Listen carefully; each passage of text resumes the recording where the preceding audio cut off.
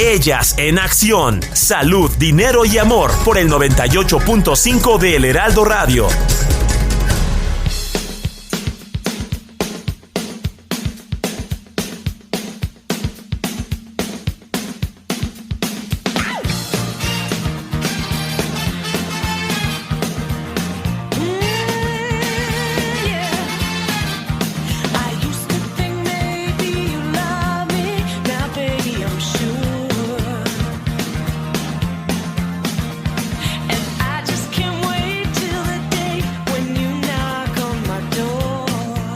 Y amigos, no cabe duda que una póliza de seguro, ya sea médico, automotriz, vivienda, puede ser la diferencia entre unas finanzas sanas no solamente de una persona, sino de un país. Se han puesto trabas, se ha limitado la deducibilidad y ahora, por supuesto, también se incrementa. Hay una modificación vía impuestos. Pero para platicar y que nos detalle el tema, nos da muchísimo gusto saludar esta noche a Eric Ocampo Ortiz. Él es presidente del Comité de Gobierno y Sector Público de la AMASFAC. Muy buenas noches, Eric. Qué gusto saludarte.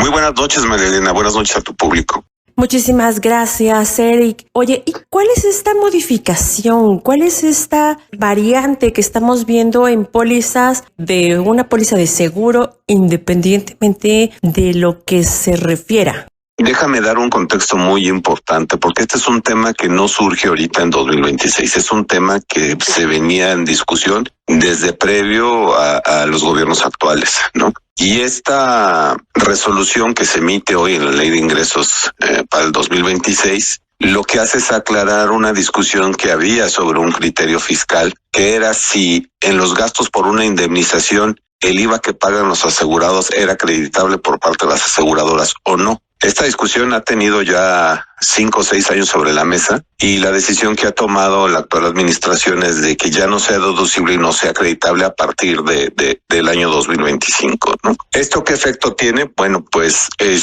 dependiendo del tipo de póliza que se afecte por una indemnización, es el impacto final. ¿Por qué es muy importante esto? Porque hay conceptos hoy que la miscelánea fiscal pusieron el beneficio de no pagar IVA, como son los honorarios médicos, medicamentos, etcétera, ¿no? Y eso hace que haya un diferenciado dependiendo la póliza que se afecte, ¿no? Nosotros hemos estimado que el impacto final para una póliza de automóviles entre el 10 y el 12%.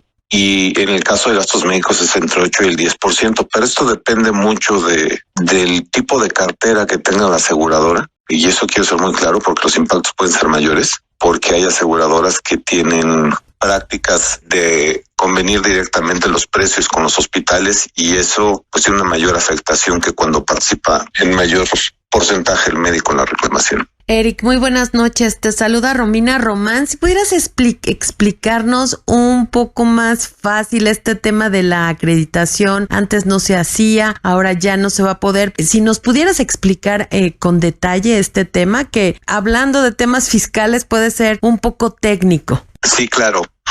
Mira, como ustedes saben, muchas veces cuando ocurre un accidente, voy a poner un ejemplo, cuando tienes un accidente de tránsito llega el ajustador y muchas veces termina dándote un volante de reparación para un taller que tienen convenio o una agencia, donde tú vas, dejas tu carro y lo único que haces es pagar el deducible si eres responsable, o en su caso te pagan la totalidad de los gastos si tú no erogas ningún peso. Ese gasto lo pagaba directamente la aseguradora al proveedor de servicios, sea la agencia o sea el taller en reparación. Y esa facturación que hacía el taller a la aseguradora generaba un IVA a nombre de la aseguradora. Ese IVA lo deducía la aseguradora. Hoy ya no lo puede deducir porque es parte de una indemnización a un usuario final que es el asegurado.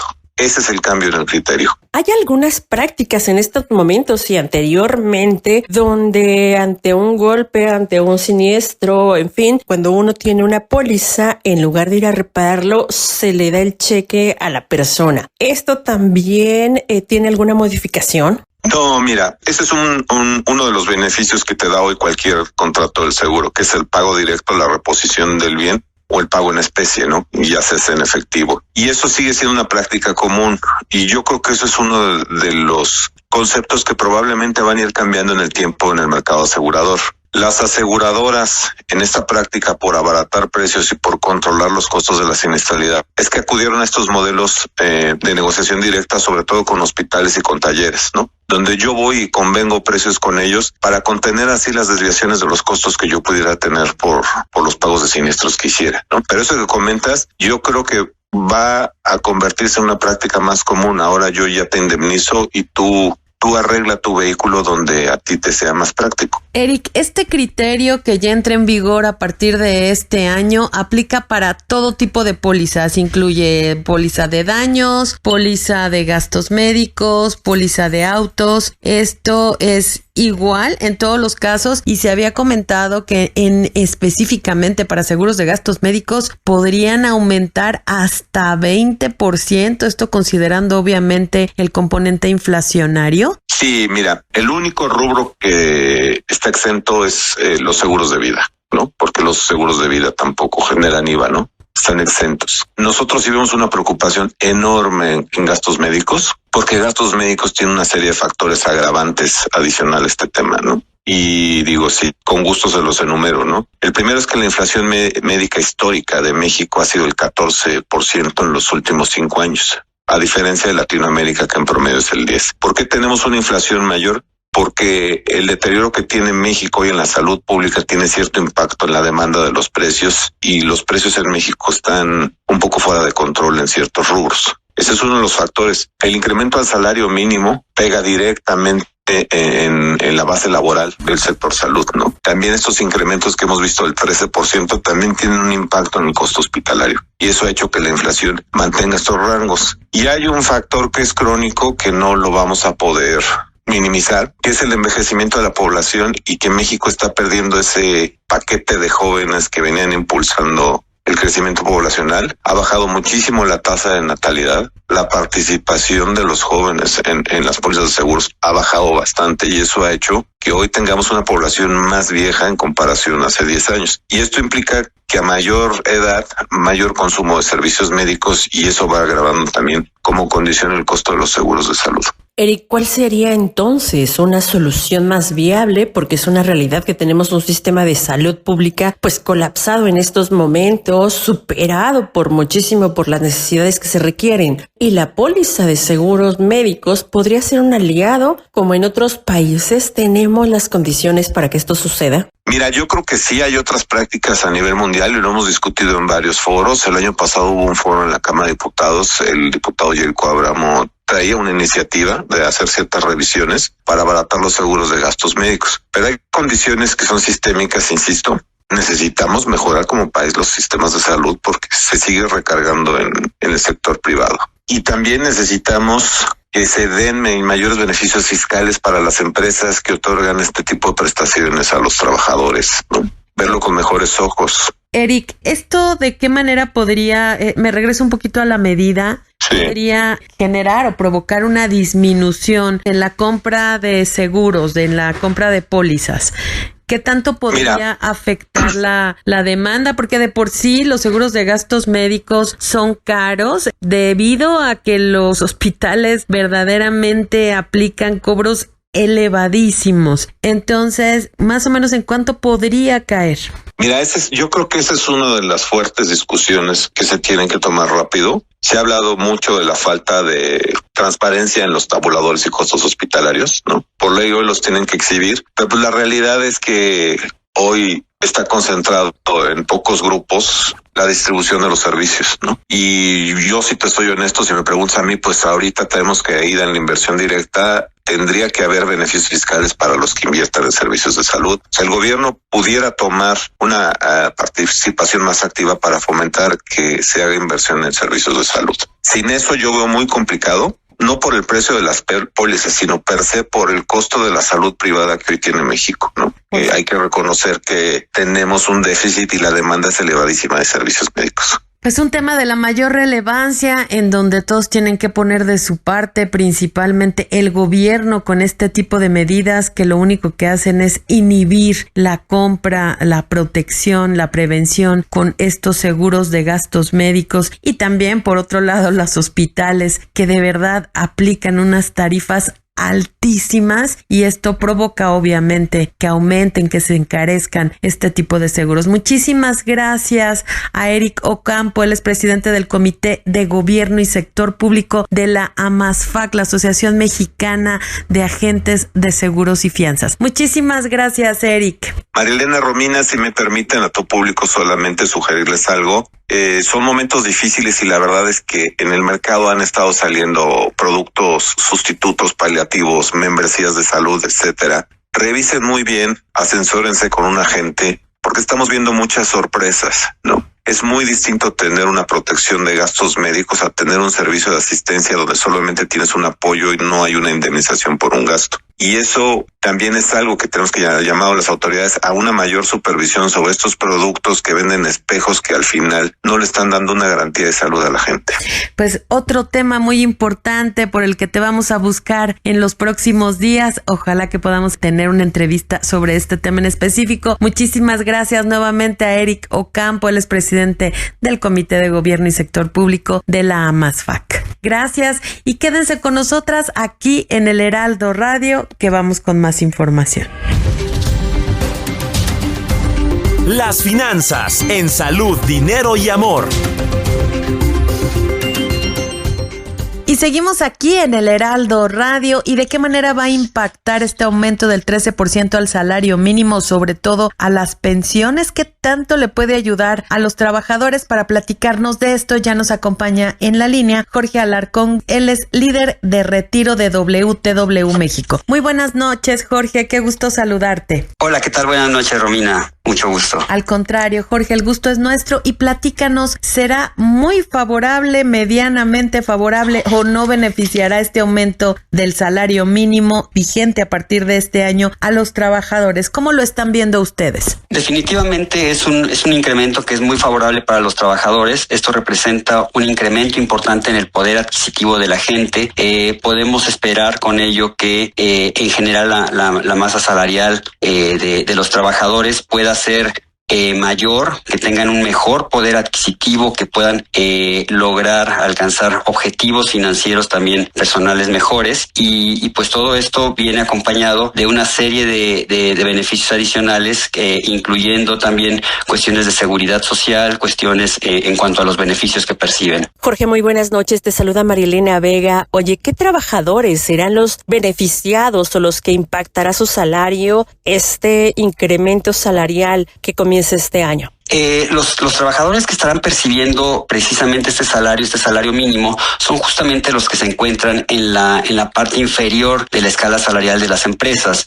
Efectivamente, lo que estaría sucediendo es que todos aquellos trabajadores que venían percibiendo un salario mínimo que hasta el año pasado era de 8,476 pesos mensuales, ahora el mínimo tendrá que ser 9,577. Esto arrastraría evidentemente cualquier nivel que se encontrara por abajo de este salario para llevarlo a esta cantidad de 9,577. Sin embargo, junto con este movimiento que se daría, nosotros percibimos que en una cantidad importante de empresas habrá un movimiento, lo que se ha llamado la compresión salarial, donde los niveles inferiores de sueldo tendrán también algún crecimiento, quizá no en el mismo nivel de 13%, pero también en un nivel, en algunos casos similar, quizá 11, 10%, y en otros casos un poco menor, pero por arriba quizá del presupuesto general que las empresas tienen previsto para incrementos. Jorge, si nos recuerdas, ¿qué porcentaje de la población percibe un salario mínimo?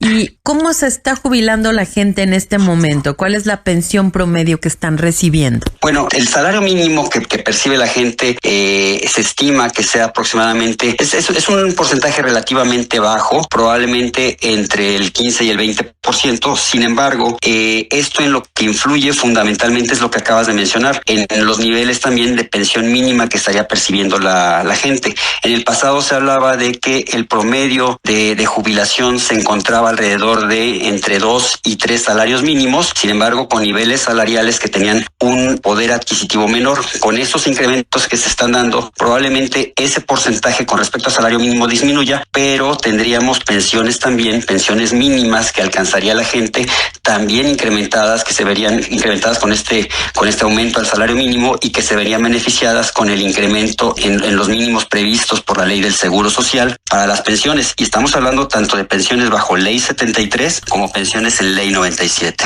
Hablamos de los beneficios del trabajador, pero esto podrá ser absorbido por las empresas, principalmente por las pymes. Este punto es muy importante porque efectivamente para las empresas en general, no solamente las pymes evidentemente tendrán impactos significativos, pero en general todas las empresas tienen que prever este incremento y los efectos en cuanto a costos que esto conlleva, junto con una serie de cuestiones que se han venido sumando a todo este proceso, a todos estos cambios en materia laboral y de seguridad social que se han dado en los últimos años. Evidentemente, como lo mencioné, pues al haber esta compresión salarial, los presupuestos que deben de tener las empresas son mayores. Evidentemente también implica mayores pasivos laborales para las empresas. Por ejemplo, las empresas hacen reservas para pagos de prima de antigüedad. Esa prima de antigüedad está ligada a 2 veces el salario mínimo, tiene incremento y todo el efecto salarial pues es un evento directo para las empresas en cuanto a su costo.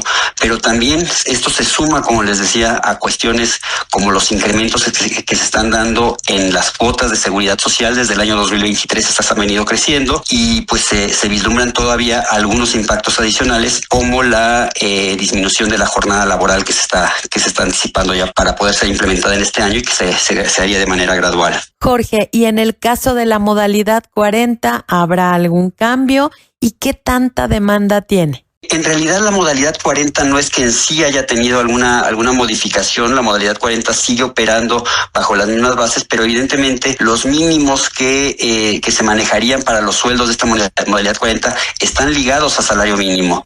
Los topes máximos, esos no han tenido cambios. Eso sigue siendo el tope máximo de la cotización del Seguro Social, sigue estando en función de la UMA, son 25 UMAs, y que sería el sueldo máximo para la modalidad 40. Quizá en todo caso el efecto adicional que en esta modalidad se daría es justo lo que acabo de mencionar, el incremento en las aportaciones a las cuotas, porque la modalidad 40 lo que hace o lo que permite es que el trabajador, una vez que ya no se encuentra en el régimen obligatorio, voluntariamente pueda seguir aportando, pero esa aportación incluye tanto la aportación en cuanto a la cuota obrera como la cuota patronal, y la cuota patronal es la que ha venido incrementándose desde el año 2023. Jorge, esta situación que atravesamos ha hecho que se incremente la economía informal. ¿México está preparado para este tipo de cambios o veremos aún crecer todavía esta economía informal que tenemos? Bueno, definitivamente la economía informal es una situación que vive en nuestro país y que desafortunadamente no permite que se incremente tanto la base de trabajadores que se encuentran inscritos en el Seguro Social como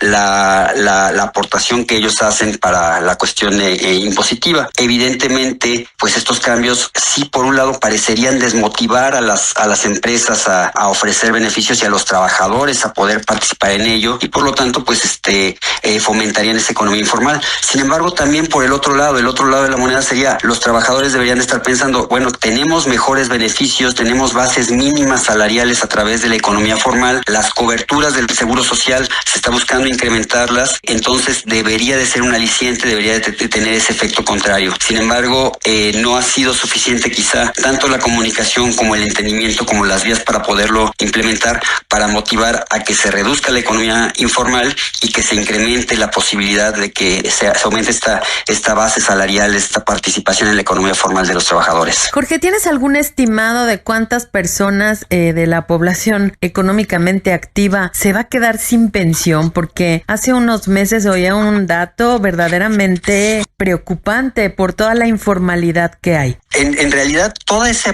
parte de la economía informal, en la medida que no esté aportando al Seguro Social, efectivamente no tendría acceso a la pensión de seguridad social. Tendrían que acudir a otras instancias en cuanto a las pensiones que se otorgan solo por edad, y sería la única vía.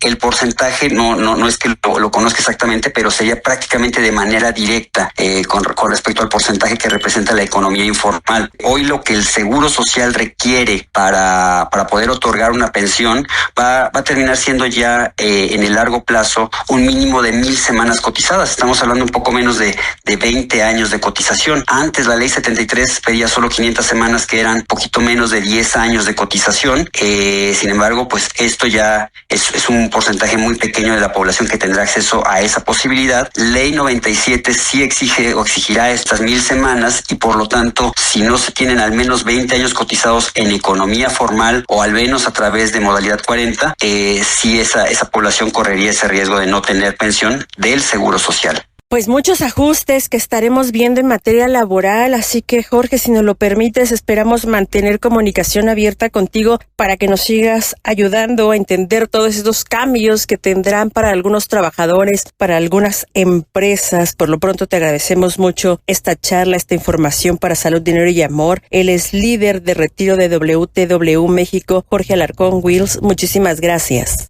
Con mucho gusto para servirles. Amigos, seguimos aquí en Salud, Dinero y Amor por el Heraldo Radio. Romina, Marielena, vamos con nuestro comentario final. El comentario final.